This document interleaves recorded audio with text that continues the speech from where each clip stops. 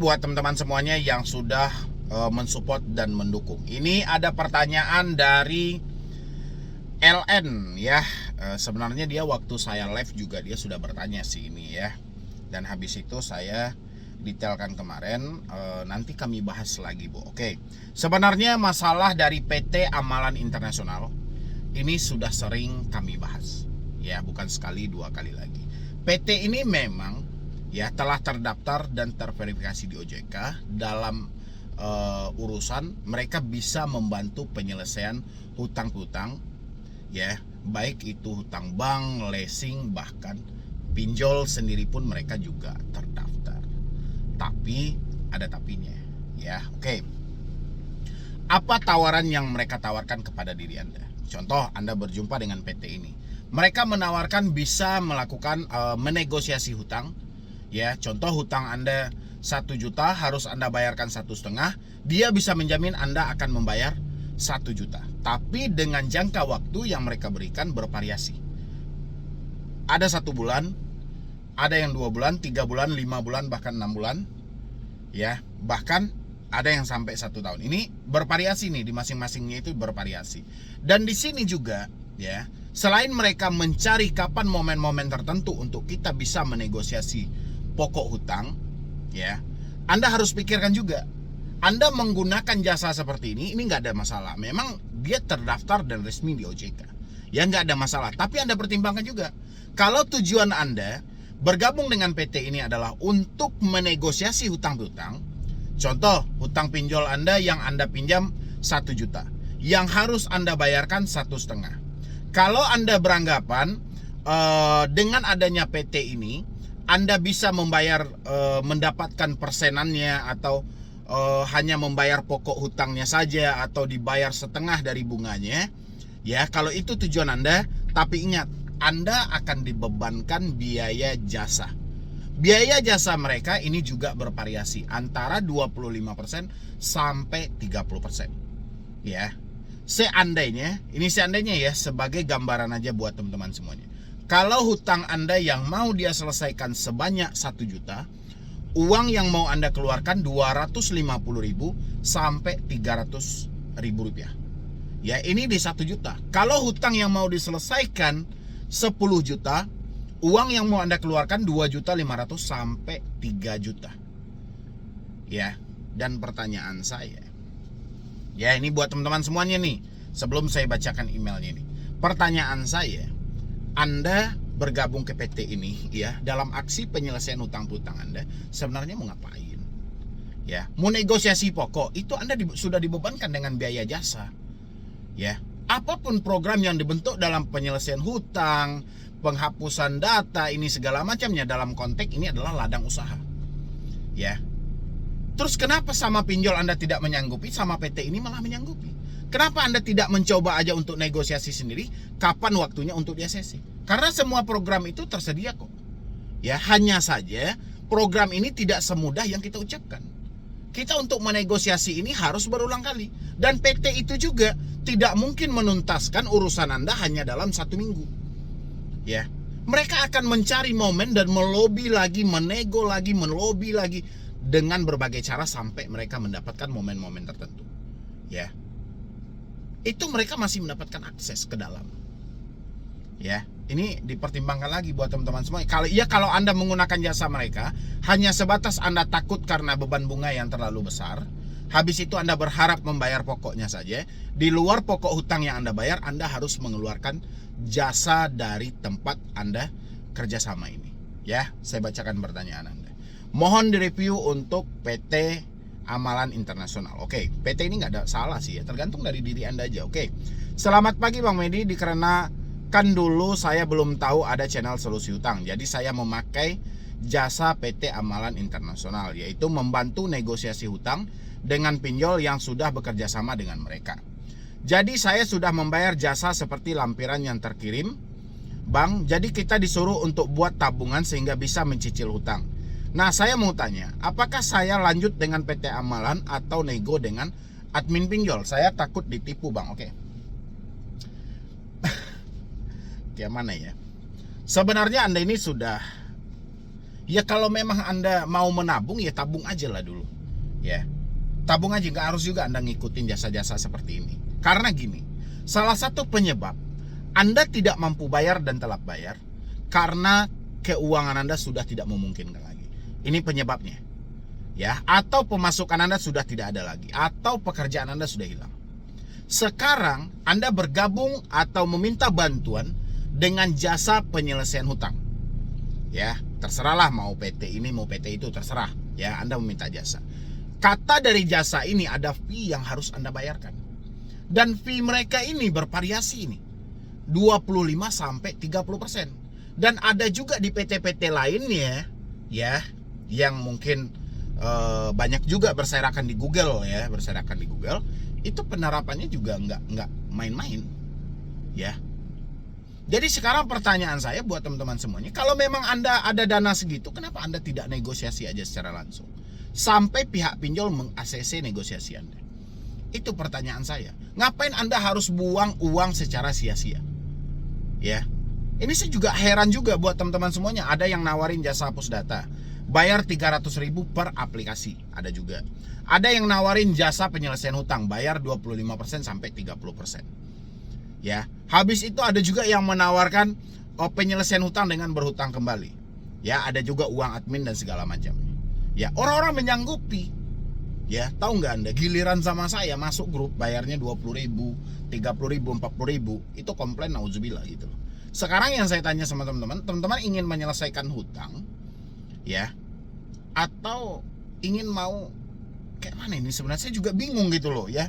Orang-orang tidak mampu bayar hutang, tapi dia menyanggupi jasa-jasa penyelesaian hutang. Yang endingnya jasa itu cuma membilangin, ya sudah tabung aja duit Anda. Kalau duit Anda sudah terkumpul, ya nanti kita negosiasi. Kita akan carikan momen tertentu. Terus saya menyampaikan di YouTube setiap hari apa? Anda tetap berusaha, Anda tetap bekerja.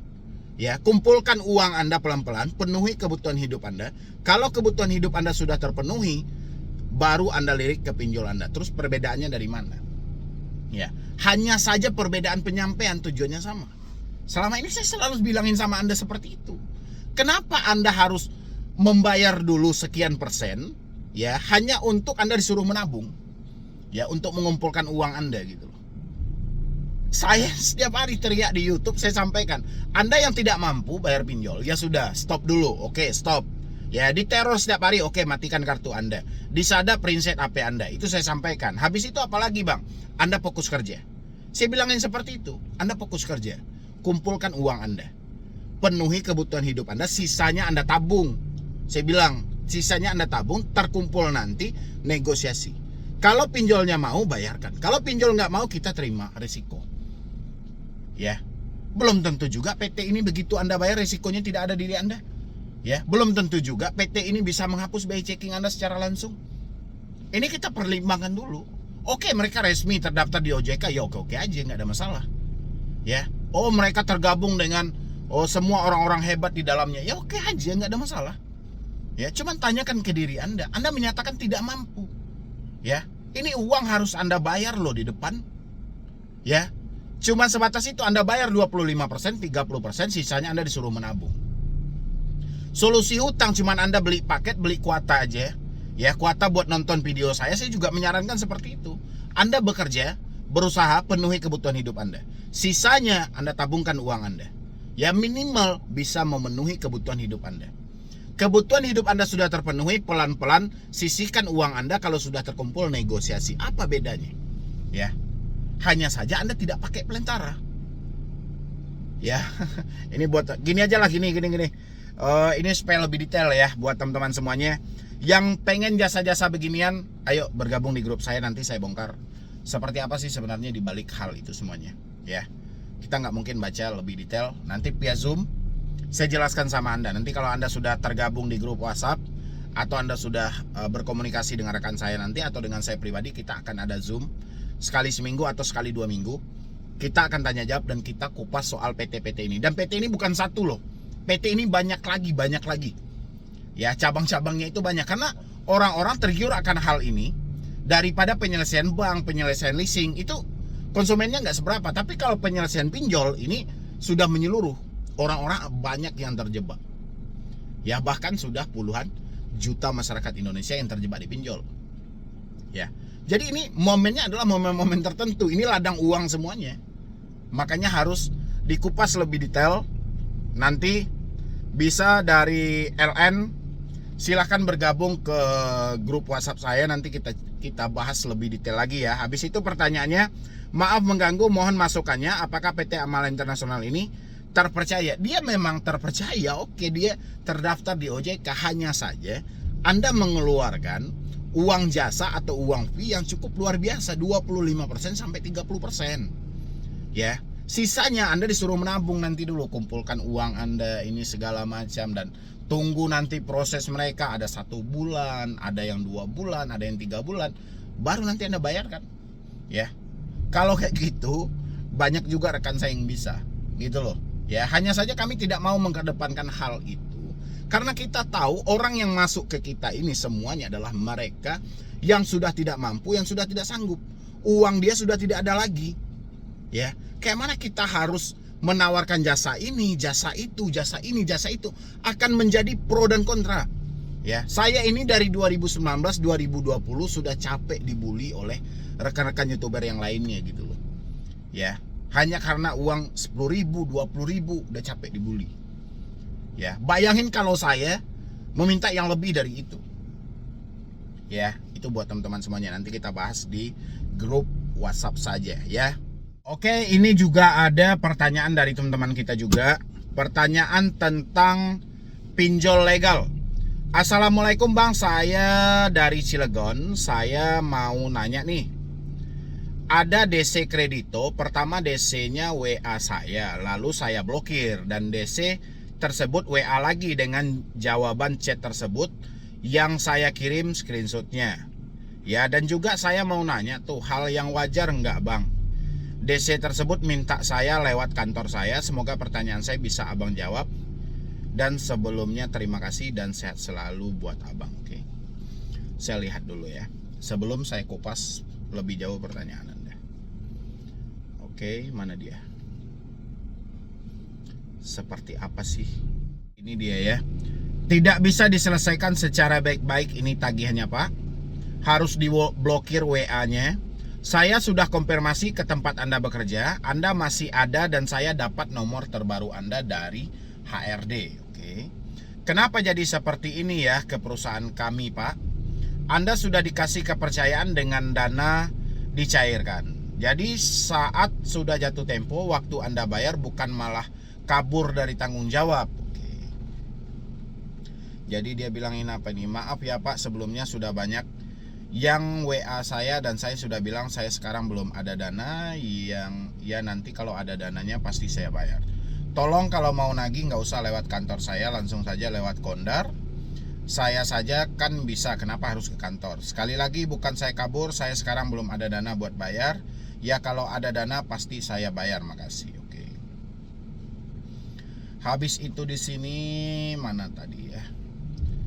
Mau nanya nih, ada DC kredito, pertama dia WA, saya blokir tersebut, WA lagi dengan jawaban chat tersebut yang saya kirim ke screenshot. Dan juga saya mau nanya, hal yang wajar nggak Bang DC tersebut minta nomor saya lewat kantor saya? Semoga pertanyaan bisa Abang jawab dan sebelumnya terima kasih. Oke. DC minta nomor terbaru Anda ke kantor Anda. Oke. Ya sebenarnya hal itu nggak wajar ya. Kenapa? Karena kita ada mengajukan 2 kontak darurat. Ya, dan pertanyaan saya, apakah kantor Anda menjadi kontak darurat Anda? Kalau jawaban Anda tidak, berarti ini tidak wajar.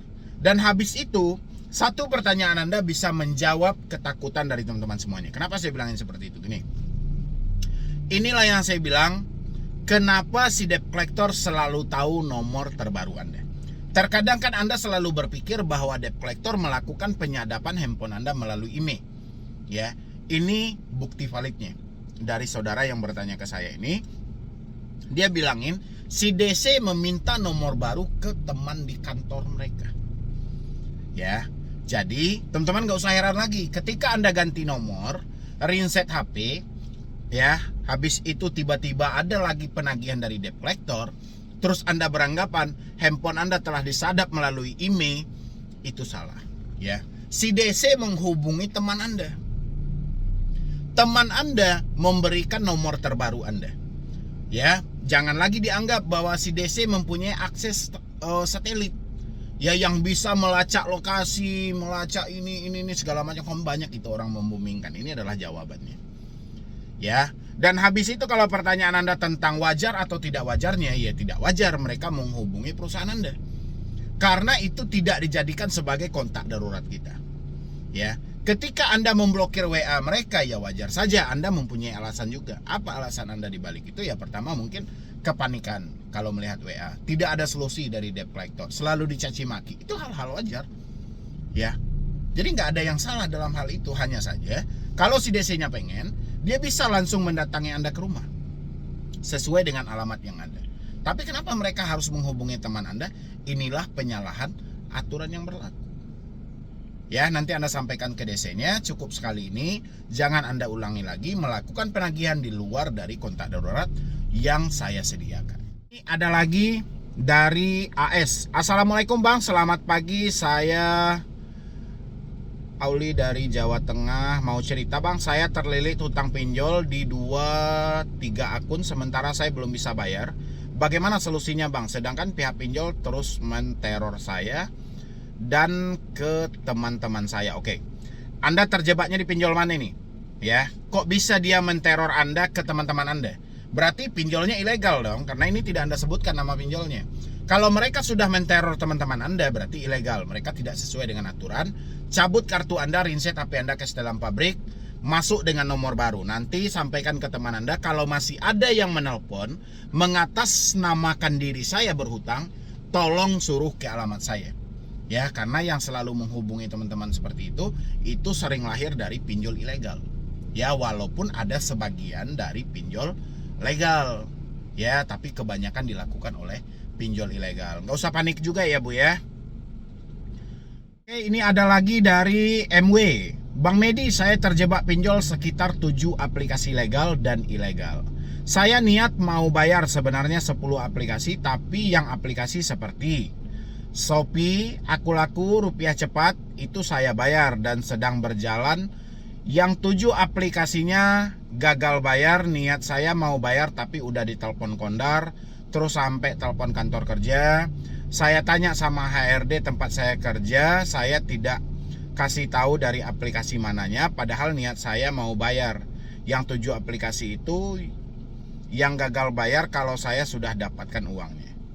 Tapi sudah ada aplikasi yang sampai telepon kantor perusahaan jadi malu, jadi tahu semuanya. Itu dari 7 aplikasi. Tagihannya cuma di bawah 1,5 jutaan semuanya. Pertanyaan saya, kalau saya nggak bayar terus-menerus telepon kantor kerja, apa tidak? Dan akan datang ke rumah apa tidak? Terima kasih. Mohon maaf bila kata-kata saya ada yang salah Bang. Oke. Ya, soal Anda tidak mau bayar 7 aplikasi itu tergantung dari kemampuan Anda. Habis itu pertanyaan Anda, Pak, ini cukup kayak mana ya? Memicu adrenalin saya. Kenapa saya bilang memicu adrenalin saya? Ada pertanyaan yang tidak mampu saya jawab dan saya uraikan secara publik. Ya, kenapa? Karena ini akan berbeda tanggapan dan berbeda hasil yang didapat oleh masing-masing pendengarnya nanti. Ya, makanya ini cuma bisa saya jawab melalui grup WhatsApp saja atau secara pribadi melalui nomor handphone saya. Anda boleh ambil jadi berlangganan dulu di channel ini, nanti ada nomor handphone saya. Nanti saya bisa terangkan mana yang tidak bisa saya jelaskan secara publik. Oke?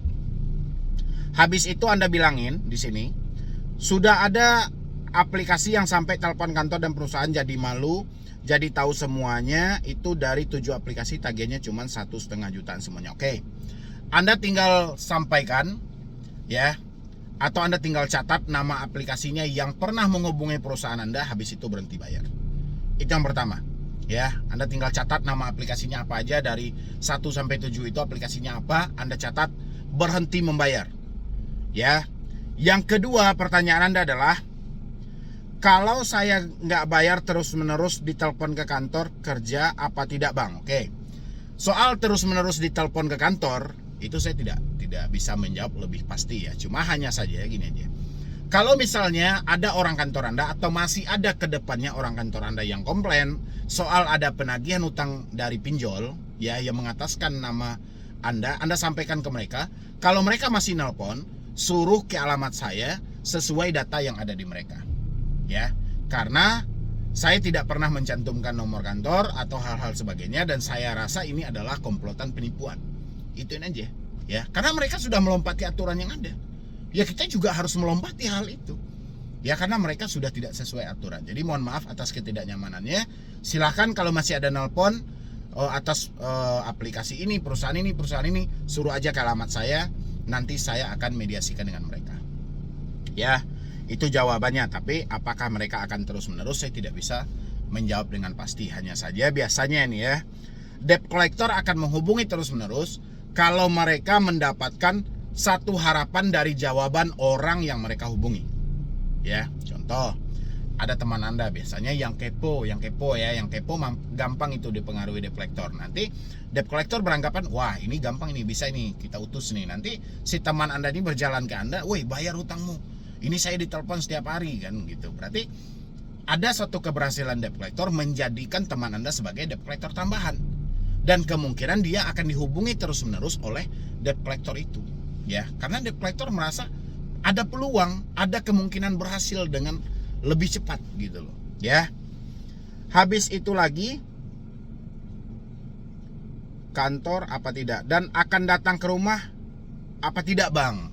Loh kan gini, kita lebih baik sebenarnya pinjol ini lebih baik dia mendatangi kita ke rumah daripada dia mencaci maki kita atau menghina kita melalui telepon. Kita bingung ini dilakukan oleh siapa, dari mana, dan kadang bingung, banyak yang pesan buta juga gitu, mencaci maki dan segala macam. Jadi bagus kalau mereka misalnya datang ke rumah. Ya, tapi kalau pertanyaan Anda apakah mereka akan datang ke rumah atau tidak, makanya saya bilangin saya tidak bisa menjawab secara publik seperti ini, karena variasinya akan berbeda tergantung dari daerah dan nama aplikasi Anda, berapa lama telat dan nominalnya. Nanti akan dikaji semuanya.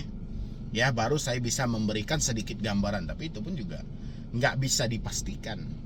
Ya, hanya saja saya tidak bisa menjawab melalui publik. Ya, oke, terima kasih bang. Mohon maaf bila kata-kata saya ada yang salah bang. Nggak ada yang salah, ini sudah tepat ya. Jadi nggak perlu panik juga, nggak perlu stres juga buat teman-teman semuanya, terutama yang baru telat bayar pinjol, baru gagal bayar pinjol. Insya Allah semuanya akan berlalu kok. Yang penting kendalikan pikiran Anda, buang jauh-jauh rasa takut Anda, normalkan kembali perasaan Anda. Insya Allah semuanya akan berlalu dan hidup Anda akan pulih. Ya, mungkin dari saya cuma itu aja. Saya tunggu untuk kelanjutan diskusi kita melalui grup WhatsApp saya. Tinggal klik tombol gabung yang ada di bawah nama channel, atau Anda bisa hubungi nomor yang ada di layar atau di dalam deskripsi. Nanti di situ kami akan bisa mengarahkan Anda, menunjukkan Anda bagaimana cara yang tepat ketika kita telat bayar dan gagal bayar. Ya, jadi sekian dulu dari saya, Medi Broni.